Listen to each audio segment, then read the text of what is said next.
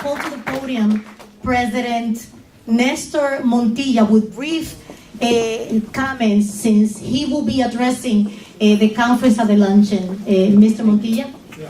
Yeah, thank you.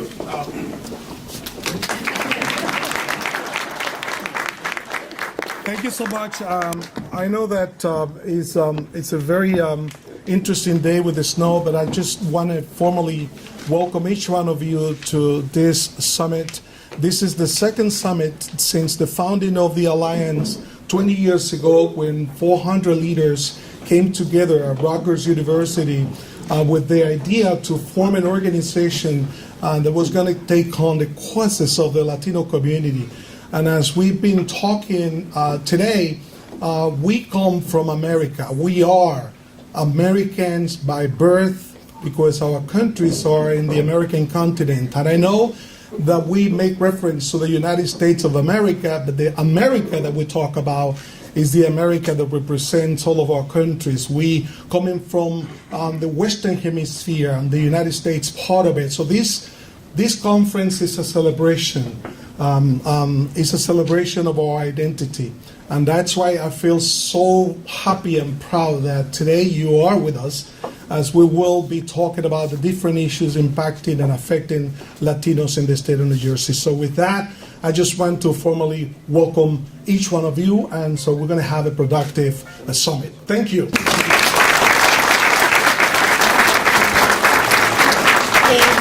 are so pleased that we have a room full of Latino leaders in business, politics, different professions, science, and civic leaders that came here today to discuss the issues that pertain to our growth and to our contribution to this great state of New Jersey, where we are 18% of the population, same as the percentage of the national Latino population. And New Jersey is a better state, it's a greater state, because Latinos are in it. And very recently came to us our new Attorney General. He came from Bergen County. He came to us from Bergen County with a very impressive record of work in the area of precisely civil rights and advocate positions on behalf of New Jerseyans. And today, it is our pleasure to welcome, to discuss with us some issues on public safety, civil rights, and his latest immigration initiative. He will be open for questions for a short period of time right after his speech. So I encourage you to write down your questions as he speaks and be the first ones to raise your hand when he's done, because we're only going to take 5 questions. This is the way we make up our time, remember? So please put your hands together and help me welcome the Honorable Gurbir S.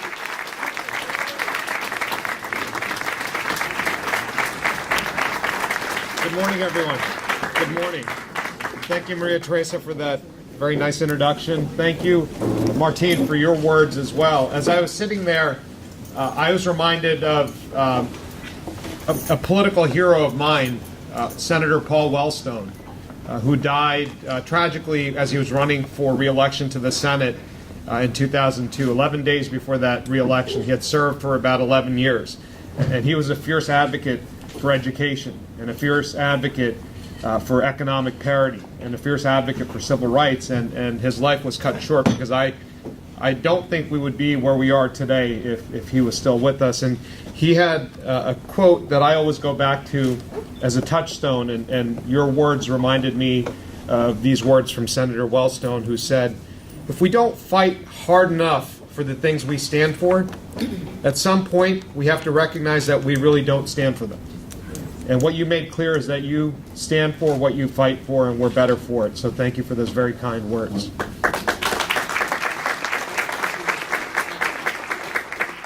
I also want to thank Nestor and the entire team here at the Latino Leadership Alliance for inviting me to share a few words. Before I begin with my remarks, I also want to congratulate the Alliance for celebrating 20 years of serving not just the Latino community, but for serving New Jersey. your voice continues to be needed today as much as it was 20 years ago, because we are dealing with the same socioeconomic issues, the same educational issues, the same issues with representation that prompted your formation 20 years ago. And I think it's only fitting that the theme of this conference is about remaining present and clear. And that's a fitting reminder to all of us that we need to remain engaged and we need to remain focused on the many challenges ahead of us. And I'd like to share with you just for a moment why, on a personal level, it's important for me to remain present and clear. And I think to do that, you need to understand my journey here. Because my journey to becoming the 61st Attorney General of New Jersey is an improbable one. But it is also one that is uniquely American. You see, nearly 5 decades ago, my parents, like many of you, or maybe your parents, took an incredible leap of faith to leave everything and everyone that they knew to come to this country. Like so many others before them, they came in search of the American dream. That notion that no matter where you come from, what you look like, what you believe, who you love, that if you're ready to work hard, you can achieve success in this country. And my parents worked hard, and they raised a family, and they achieved success. And they achieved that dream. And so as a grateful beneficiary of that dream, I am motivated each and every day to be present, to be clear, in order to stand up for the values that have made this country the destination that it has been for so many, like my parents.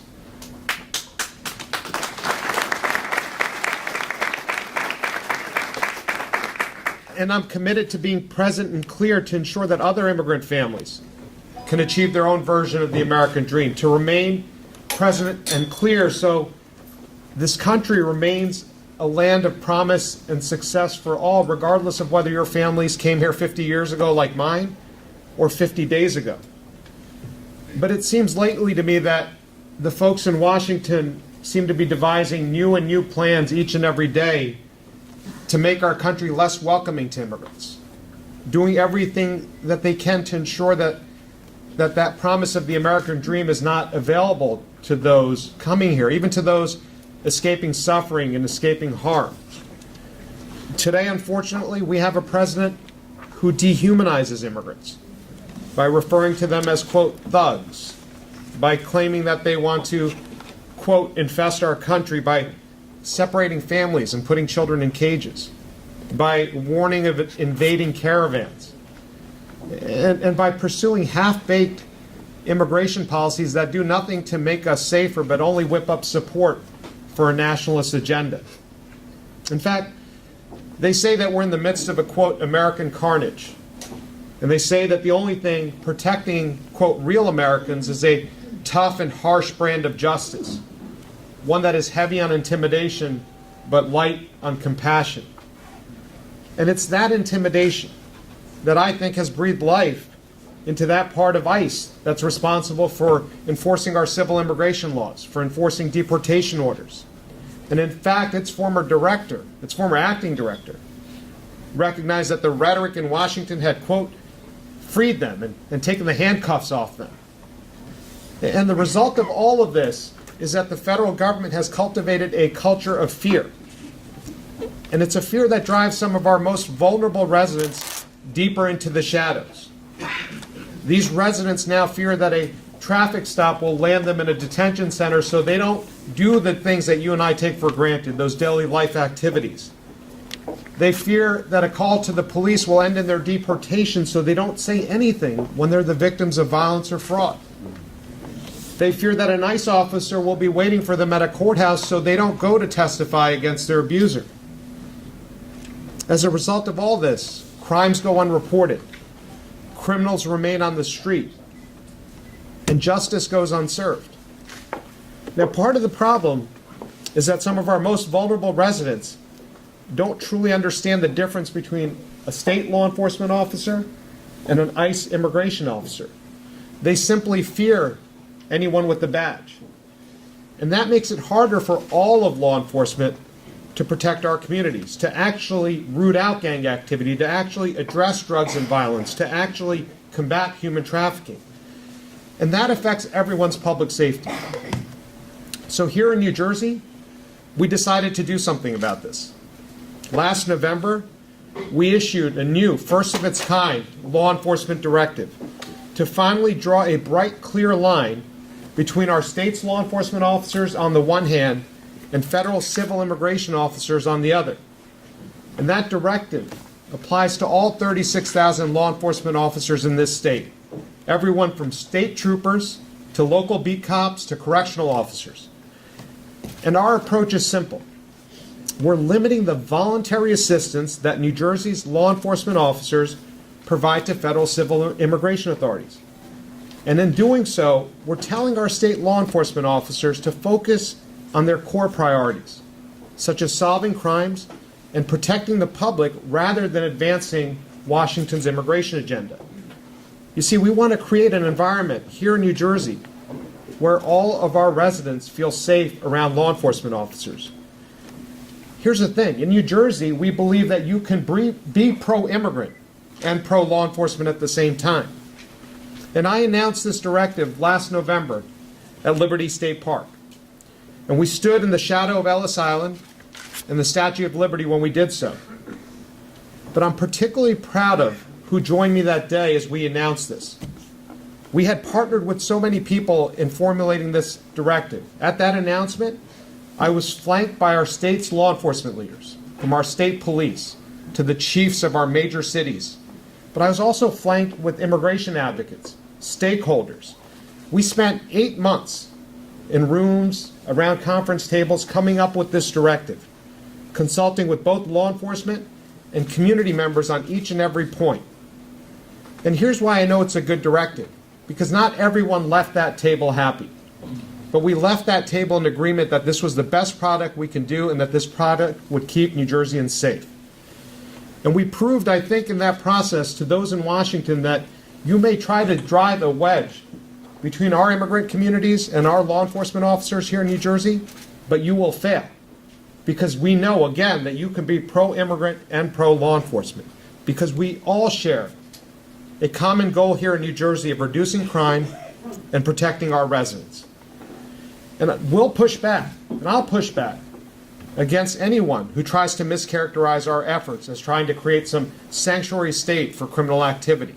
Because our message is clear. If you commit crime in New Jersey, it doesn't matter where you come from, we will arrest you and we will prosecute you. This is something completely different. You can still build trust at the same time. But here's the thing. We have done more than that when it comes to protecting Washington's attacks on our most vulnerable communities.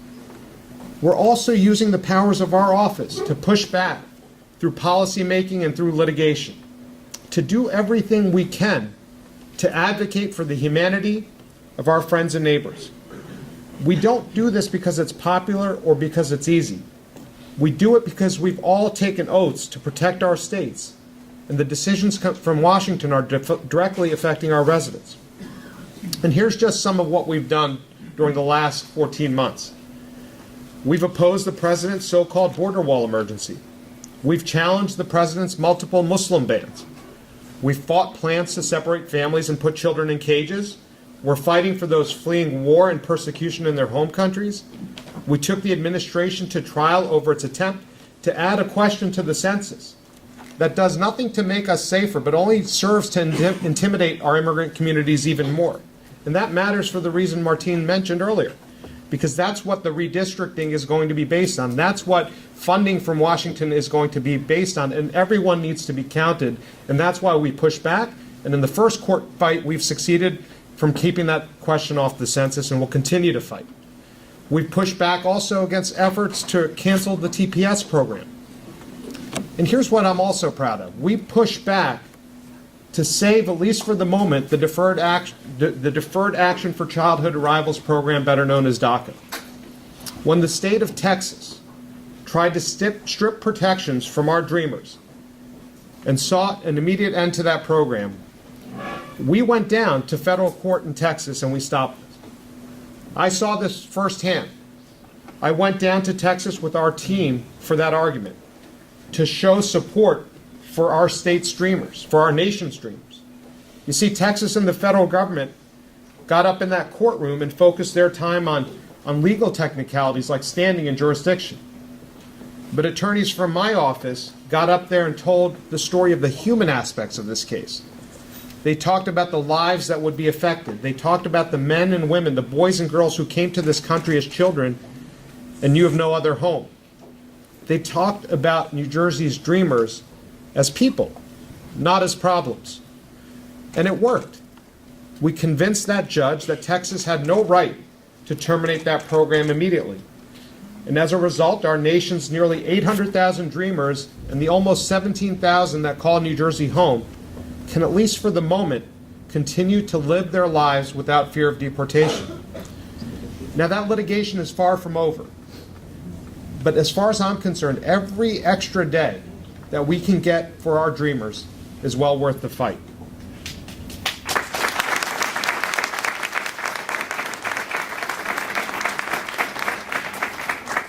And even if we don't win every battle, we know that we're on the right side of history, and we know that we're fighting for those values that define us as Americans.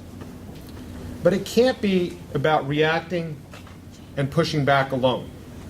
We also need to push forward here in New Jersey to show everyone what our vision of a fair and progressive state looks like. And the folks in Washington can stand to learn a thing or two from what we're doing in New Jersey right now.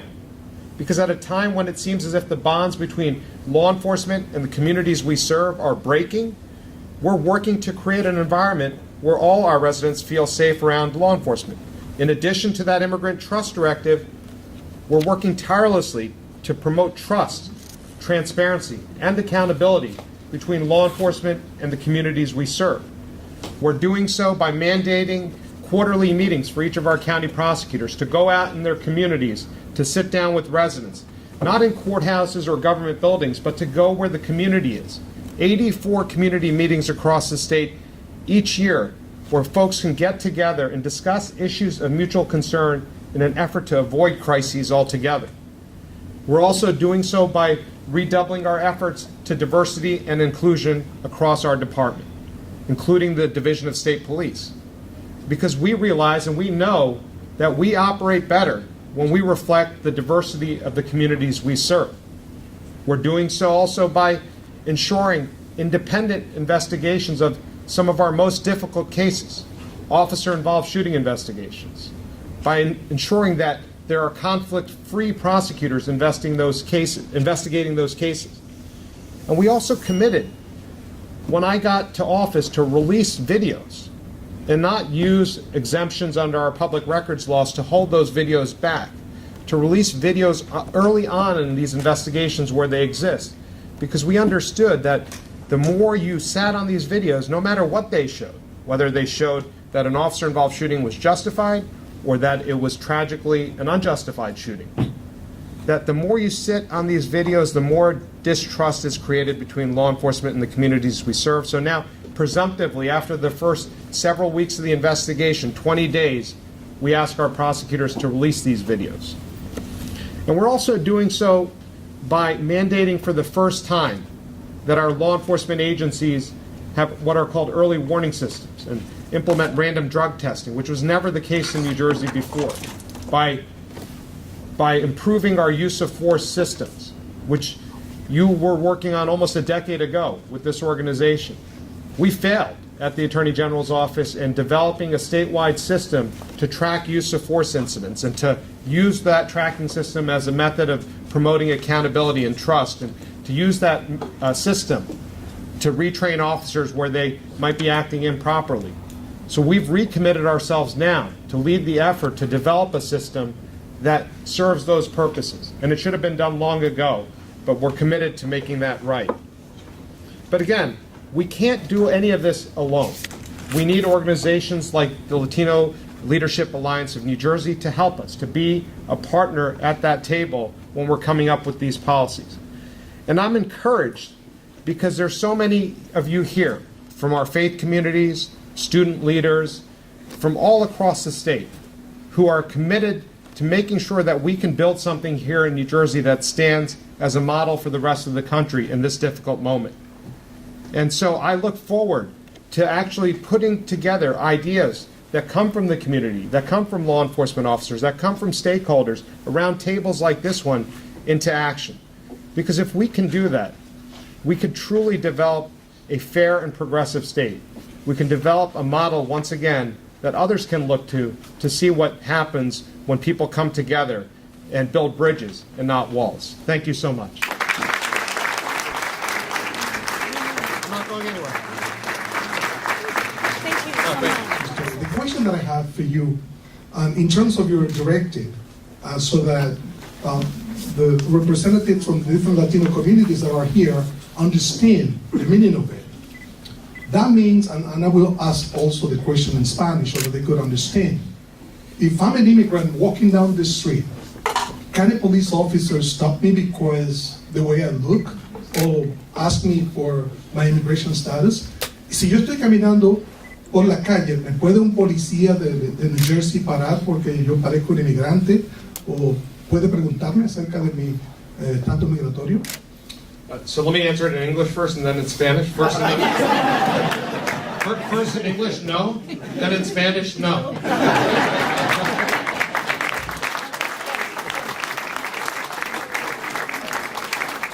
Attorney General, thank you so much for being here today, and especially for the young people to hear from you. But I have a question for you. Martin touched on it, and I can't agree with him more because this is a serious issue. Is with the census. Yep. Okay, census is going to mean for our communities and the state of New Jersey, federal dollars that we need desperately to provide programming for our communities, right? Because we know that we're going to live with these numbers for the next 10 years. And, we need to have I believe, coming from you, to reassure the residents of our community, and especially all residents, how important it is, one, to make sure that the census count, how important that is for the state, especially because it means federal dollars for the next 10 years for our communities and the services that we provide to all our young people. There are a lot of young people, but we count on those monies to be able to provide services for them. But the redistricting, I hope that a close eye is paid on redistricting, because Martin touched on it. 10 years ago, I joined Martin in Jersey City, talking about how important it is for people of color, minorities, women, have an opportunity to have a voice and be part of that process when it comes to redistricting. Because, chances are, we don't want the parties to determine who they want to pick as their leaders. And then sometimes, again, be dismissive and discount the voices of the people. Right. So that's a great question. I mean, there's this census, to have a proper enumeration is so critical for the funding, for the representation issues that Martin mentioned and that you just mentioned. And what is so striking is that the effort to add this question to the census has been so conspiratorial by this administration, and I don't say that from a political point of view. Those are the actual facts. We never had a citizenship question on the census. There have been other questionnaires that were used, which were not the census, but were issued decades and decades ago, more than 50 years ago, that had these questions. The Constitution requires an enumeration of all the people in a particular area. It doesn't require a count of citizens, because the reason for these counts is to determine federal dollars on how much money should go here to give services to all the people, not just to the citizens, right? So that's a critical point. And so when we learned of the addition of the question to the census form, we joined the New York Attorney General and we filed a lawsuit in the Southern District of New York, and we won. And we uncovered that they were not entirely accurate as to where this question originated from. The Secretary of Commerce was pointing to the Department of Justice that they wanted it because they needed it for Voting Rights Act enforcement. And what the document showed is that there was a conspiracy behind the scenes on covering up the addition of the question, but it was meant really to intimidate our immigrant communities not to participate, because people are fearful to go tell somebody their citizenship status or lack of status when they're coming under the guise of doing the federal count for the census. So we're hopeful that that decision will now go to the Supreme Court, I think, directly, and we're hopeful that we'll prevail there, but we'll continue to fight on that end, and we'll be vigilant that there are, on the redistricting process, because there are constitutional implications, there are a lot of implications there, and so we've been mindful. We stood up a new office last year called the Office of Public Integrity and Accountability to hold not just law enforcement officers accountable, to hold elected officials accountable. Because if one thing is clear in this state and this country is that people have lost faith in government and elected leaders. And so we stood up an entirely different office to send a strong message that we're going to hold everyone accountable to be faithful to the public trust. And so that is an office we're building out. It's outside of our Division of Criminal Justice. The director reports directly to me, and that's to build confidence for people to go there and report allegations of breaches of public trust, and for folks to know that we're committed to running those investigations out wherever they may go. Thank you. Good morning. Good morning. Maria Rivas from Patterson, former deputy mayor and director of Perez Square. Which message do you send, General Attorney, to those families who have no documents, so that way they don't be afraid to be census? Because that's the major thing right now in New Jersey. Right. People who have no documents is afraid to say, I am here, count me. Right. That's a great question. Again, to the census, how are we reassuring people to come out and to participate in the count? So the Secretary of State is leading efforts in New Jersey, Secretary of State Tahisha Way from Passaic. So we are trying to message that out, that you can safely go and be counted or answer questions from a volunteer who's doing the census, because they can't do anything with that information. They can't share it with other enforcement agencies. So that's incumbent on us now to get the message out. Our first hope is that question is not on the census, so that's our first fight. And if we can keep it off, then that sort of becomes a little bit of a mood issue, but not completely, because you still want people to feel comfortable talking to people. So we're working on a campaign that the Secretary of State has put together a committee. She's leading that effort to have everyone counted. I think we can do more in the form of these community meetings. So if this organization wants us present at forums, we are happy to send folks from our office, from our Division of Criminal Justice, from our Office of Public Integrity, whatever you need. We're there. We don't turn down the opportunity to engage with the community, and that's been a top priority of mine. I set 4 goals when I came to office, 4 priority areas. And one of those 4 is improving community relations across the state and using the Attorney General's office to force our county prosecutors to get into their community. Some do it very well, but we have 21 county prosecutors, we have 21 individuals, we want everyone to do it well, because I've always said that it's easier to have conversations here than by yellow police tape, right? It's easier to develop relationships of trust here than at a moment of crisis. And so if we have that relationship of trust, if I come to your community or to an organization and say, hey, you can go get counted, you believe me a little bit more, right? And so that's what we're trying to do, is build that trust. Thank you.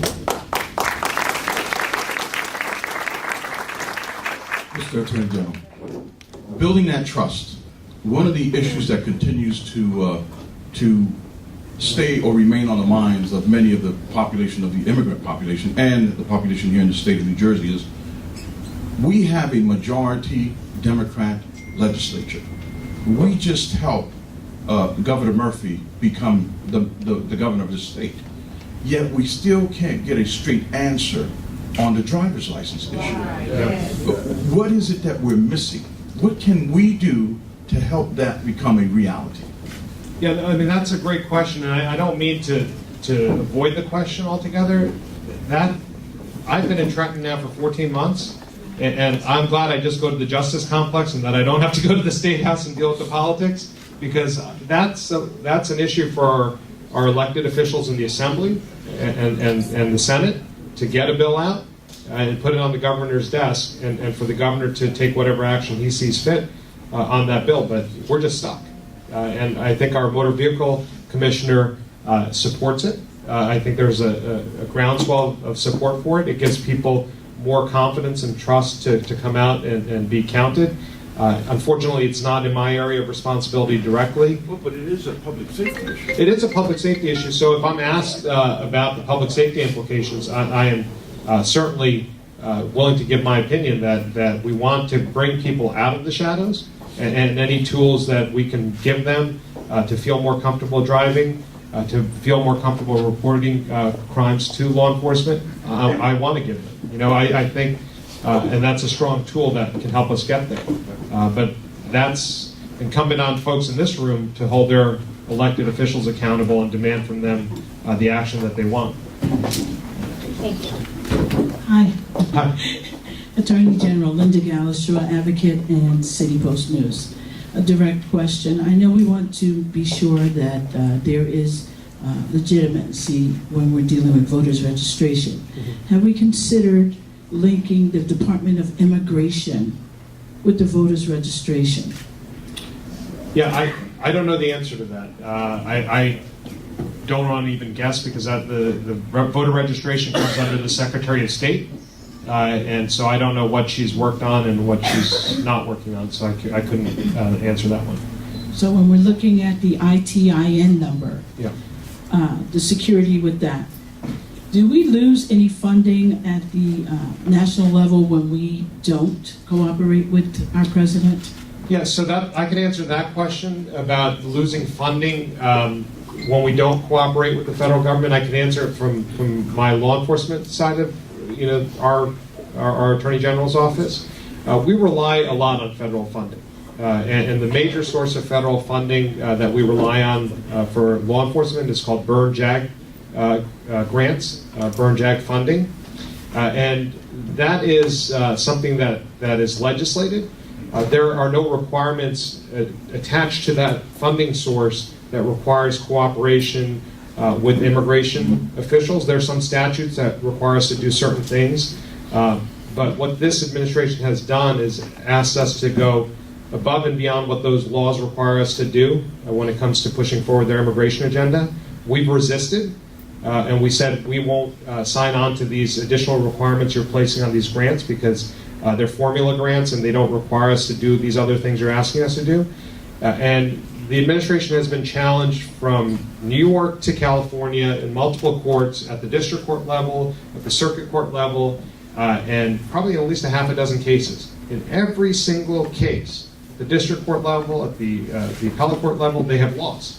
The courts say, you can't add these additional conditions onto these grants because the legislation that created these grants doesn't require it. So you can't use that as a sword to force people to do things to support your agenda. This is money that we need to use to fight crime, to fight gang activity, to fight drugs coming in to our cities, right? And you can't use that to push forward a political agenda. So they've lost at every turn. We recently had a victory in the Southern District of New York. And what's interesting, it's almost like, I think of the Roadrunner and the Coyote. You remember where they're just chasing each other around and then they check the clock and their friends when they're walking out? Because the attorneys from their side, who are career attorneys, and the attorneys from our side have to go into court, beat each other up, just to make it seem like a fight almost. And they realized that their position's not that strong, and they said, they set aside the money in escrow almost. And when the case is lost, then they release the money. And then when everyone walks out of the courthouse, everyone's still cordial to each other because this is an untenable position they're taking by using this grant money to force us to push forward an agenda that is not our agenda, and it's not a right agenda for New Jersey, but it's not something that they can do either. Thank you. The last question. Yes, sir. Thank you, and I'm the last and short and sweet. Councilman Velez from the city of Patterson, the best city in Passaic County. Take it easy. It's Passaic County. I don't want nobody to get upset. Attorney General, I know the governor just signed a bill to create an independent investigation. I know you always talk about trust, confidence with law enforcement, the public, etc. And without going into detail other cases, I know that he signed a bill creating an independent investigation when involved police matter, police brutality, shooting, et cetera, et cetera. There's two aspects of it. Some people are questioning why previous cases cannot be investigated by the AG office, and moving forward, if that is moving to the right direction. Yeah, so the governor signed legislation that called for the Attorney General's office to investigate all in-custody deaths and all deaths resulting from a law enforcement encounter. And that legislation went into effect, and it was effective immediately, which was one of the reasons that I did not support the legislation to begin with, because you can't make that a requirement without giving us the capacity to build out, because that compromises investigations. I also thought that the system we had in place had the appropriate checks and conflict checks to ensure that we had conflict-free investigations. As a county prosecutor, I ran probably 8 or 9, unfortunately, of those types of investigations. You trusted me to do them there. Now I'm in a different place. Now you don't trust that office, but you trust me, the same person, to do them when they happen there. And so I understand these are very difficult investigations, and we want the public to have complete confidence that they're being run out in an independent way, in a conflict-free way, and that if there's someone to be held accountable, that they're held accountable, and if a shooting or use of force is legally justified, and then we make that determination. So we are building out that capacity.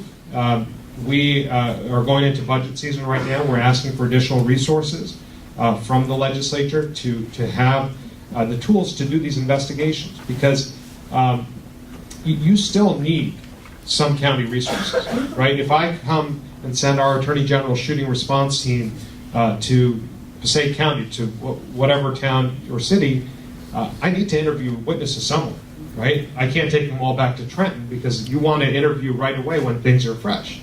So you're going to have to use some local resources. And I think the legislature understands that. That was clear in their questioning when I went and testified. We're still going to need local law enforcement officers to hold the scene so evidence is preserved until we get there.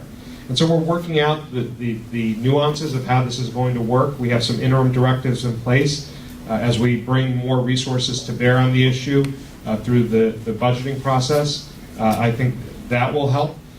Why you can't, in midstream, make it apply retroactively, you already have investigations where witness interviews have been done. You already have investigations in progress. To now send folks to redo the 30 or 40 pending investigations is not, I think, necessary, because those investigations under our old system, which people didn't understand, still come to me. So before there's a final decision under the old system, I still get them. I get that whole file, and my detectives and my prosecutors review them. What folks who are pushing for the independent prosecutor didn't understand is now we're getting rid of that two-step review, and it's all coming to me directly. And so that's why we didn't go back and reopen older cases or to tell our 21 county prosecutors stop these investigations. We're bringing them all to the 12 people who are doing all of them. Literally, I mean, we have 12 who do other cases as well. And these, it's not just one incident either, because it's, we had an incident in South Jersey with the UPS shooting. There were literally 200 or 300 hours of videotape, because there were so many video cameras. There were 200 or 300 witnesses to interview. And so it's not just responding to the shooting, it's doing the investigation and moving forward. So we think moving forward, we're obviously implementing the legislation signed by the governor, but for the cases that have already been done, we have a system in place that ensures that they're independent, conflict-free, and they'll come to us after the county prosecutors make their recommendations, and we'll review it again. Yes, Attorney Antonio Martinez is an immigration attorney in the New York, New Jersey area. Go ahead. Attorney General, I really admire and congratulate you on your great job that you're doing. My question is this, and this is actually a request to the extent possible. Sure. The prosecutor's office need to know that when there are defendants who are in ICE detention and they can't get out of ICE detention because their cases have not been processed or being delayed, something needs to be done, because there are people, and I know this, I have a client in detention, and the reason he can't get bonded out is because the prosecutor's office still has not acted on his case, and in fact, in this particular instance, I'm convinced he's innocent and he just was in the wrong place at the wrong time. Right. But we can't get him bonded out. The prosecutor's office is delaying and not moving the case along. Okay. So maybe something needs to be done to tell them, if you've got defendants in ICE detention, there needs to pay a little more attention Sure. so that these folks can get bonded out. Yep, two things. One, I agree with you that we need better training for our assistant prosecutors and our DHG on how the immigration system works, because I think there's not a complete understanding of the interplay between both. We had a training at our last County Prosecutors College. We have an annual college where the courts shut down, basically the criminal courts, and all of our prosecutors go down to a conference, usually in Atlantic City, over 3 days, and they get CLEs. And I think one option might be to, maybe if you want to work with us, I think last year we had another immigration attorney come in and do a seminar or panel raising the issues between state law enforcement and state prosecution and what it means to be in ICE custody and sort of the interplay between both. So I would invite that type of participation. The college is in November of each year, so we have some time to I'll get write ready. to you. Yeah. Please, through the association, you can reach out to us through the Alliance. Thank you so much. And if we, absolutely, thank